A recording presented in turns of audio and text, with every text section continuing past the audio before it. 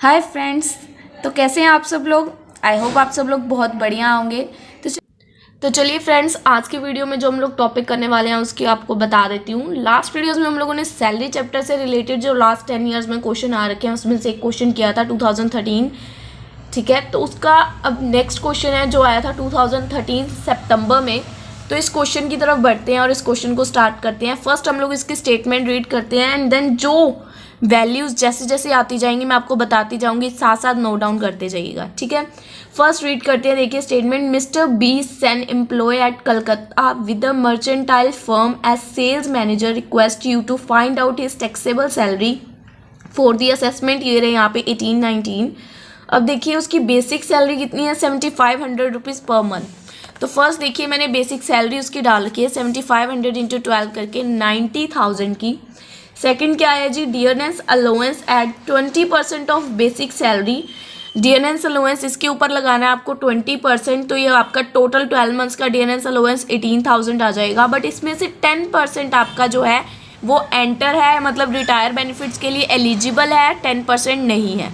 ठीक है, ओनली 10% इसमें से आपका एलिजिबल है। आफ्टर दैट नेक्स्ट पॉइंट देखिए, कमीशन क्या है, incentives commission at 1% of the turnover achieved by him but not exceeding 50% of the monthly salary 7500।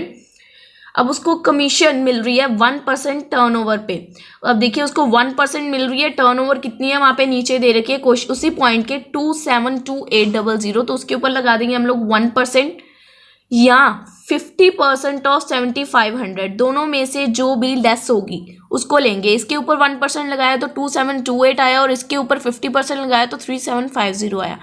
दोनों में से कम कौन सी है, ये वाली 2728, तो ये वाली ले ली अमाउंट। ठीक है जी, ध्यान से पॉइंट को रीड करना है तो समझ आ जाएगा क्या लिखा है।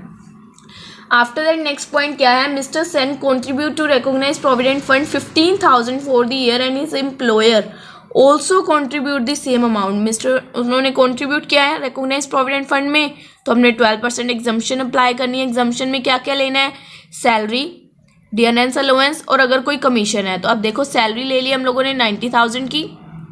90,000 के ऊपर अगर उसका 10% जो बोला गया उन्होंने, 90,000 का सिर्फ 10% जो है रिटायरमेंट बेनिफिट के लिए यूज़ होगा, बाकी का एलिजिबल नहीं है। तो 10% यहाँ पे ले लिया हम लोगों ने, प्लस 2728 जो हमारी कमीशन है उसको ले ली। तो तीनों को ऐड ऑन करके इसके ऊपर 12% लगाया जो कि एग्जम्पशन का अमाउंट आया 12207, तो इसको इसमें से एग्जम्प्ट कर दिया तो 2793 आ जाएगा हमारा रिकॉग्नाइज प्रोविडेंट फंड का अमाउंट। ठीक है जी। आफ्टर दैट नेक्स्ट पॉइंट क्या है, interest credited to provident fund at the rate 10%, amount है 4000। आपको इंटरेस्ट दिया है 10% पे 4000, तो आपको पता है आपका 9.5% तक एग्जम्प्ट होता है। तो 4000 इंटू 9.5 डिवाइड में यहाँ पे जो भी परसेंटेज होती है, यहाँ पे 10 है तो 10, 15 है तो 15, जितनी भी है अकॉर्डिंग टू उसी के करना है। अगर डिवाइड में नहीं रखोगे तो पूरे 100% पे निकल आएगा, तो जो गलत हो जाएगा। तो आपको उसी के अकॉर्डिंग करना है, डिवाइड में 10 करके आपका आंसर आ जाएगा 3800, जो कि होना है अमाउंट एग्जम्प्ट। तो आंसर आ जाएगा आपका 200। ठीक है, आफ्टर दैट नेक्स्ट पॉइंट क्या है, the employer pays Mr Sen a house rent allowance of 1700 per month and Mr Sen live in a rented house for which he pay rent 2000 per month. अब देखो उसको हाउस रेंट की allowance मिल रही है। अब उसको हाउस रेंट अलाउंस कितनी मिली है, 1700, तो 1700 इंटू 12 करा तो 20,400 उसका आ गया, उसको जो हाउस रेंट की अलाउंस रिसीव हो रही है। ठीक है, बट उसके अंदर अब आपको 3 वैल्यूज ऐसी लेनी होती है जिसमें से आपको लीस्ट अमाउंट निकालनी होती है। आई थिंक आपको पता है। अब उसका एरिया कौन सा है, पहले तो उसका शहर यहाँ पे कोई दे रखा है, नहीं बता रखा, तो नॉर्मल है, हम लोग 50% से करेंगे। 50% ऑन सैलरी, 50% ऑन सैलरी में क्या क्या आ जाएगा, salary, dearness allowance plus commission.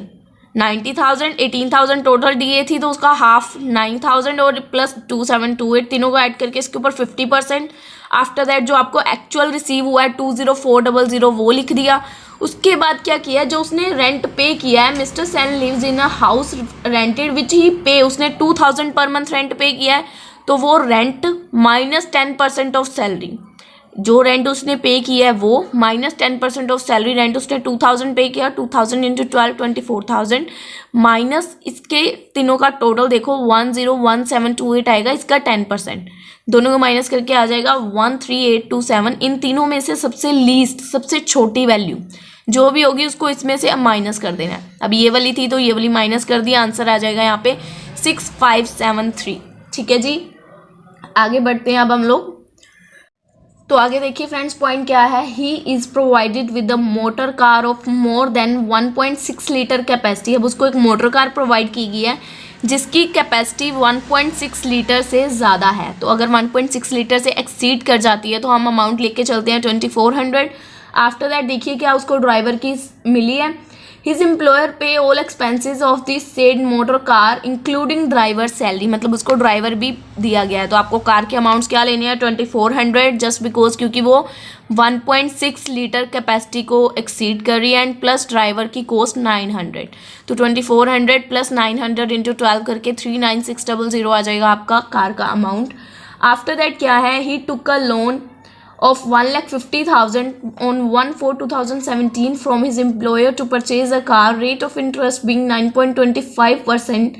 Assume that SBI rate, SBI का रेट कितना है 10.75%, बट वो कितना पे कर रहा है एम्प्लॉयर 9.25। तो उसके कितने परसेंट इंटरेस्ट में उसको बेनिफिट मिल रहा है, क्योंकि RBI ने तो जो सेट किया है इंटरेस्ट का रेट वो 10.75 था, बट उसको क्योंकि उसने अपने एम्प्लॉयर से लोन लिया है तो उसकी वजह से उसको कम इंटरेस्ट पे करना पड़ रहा है। That should be 9.25। तो दोनों को आपस में डिडक्ट कर दो, 10.75 माइनस 9.25 करके आ जाएगा आपका 1.5% उसको बेनिफिट हो रहा है इंटरेस्ट का। तो 1,50,000 के ऊपर उसको बेनिफिट हुआ 1.5% का, आप लिख दोगे लोन में उसको बेनिफिट हुआ 2250 का अमाउंट आपका बेनिफिशियल है। ठीक है, उसके बाद उसको क्या मिल रही है, he was getting entertainment allowance of 8,000 per month. उसको एंटरटेनमेंट के अलाउंस मिल रहा है, एज इट इज़ डाल दोगे क्योंकि पूरे साल के हैं।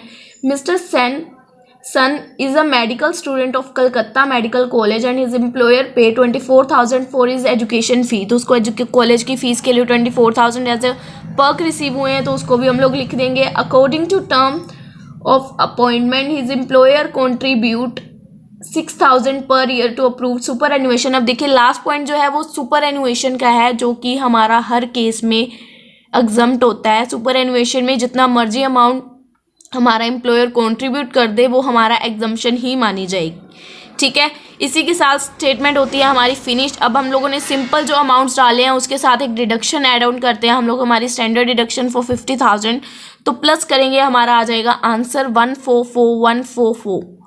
ठीक है जी, तो आई होप आपको फ्रेंड्स ये क्वेश्चन अच्छे से क्लियर हुआ है कि मैंने क्या समझाने की कोशिश की। अगर आपको फ्रेंड्स कोई भी प्रॉब्लम आती है क्वेश्चंस में तो प्लीज़ मुझे कमेंट सेक्शन में ज़रूर बताइएगा। एंड गाइज चैनल को सब्सक्राइब करके बेल आइकन को ऑन कर लीजिएगा, सो दैट मेरी लेटेस्ट वीडियोस की नोटिफिकेशन आपको टाइम टू टाइम मिलती रहे। तो चलिए गाइज मिलते हैं आप लोगों से नेक्स्ट वीडियो में न्यू क्वेश्चन के साथ। Bye bye.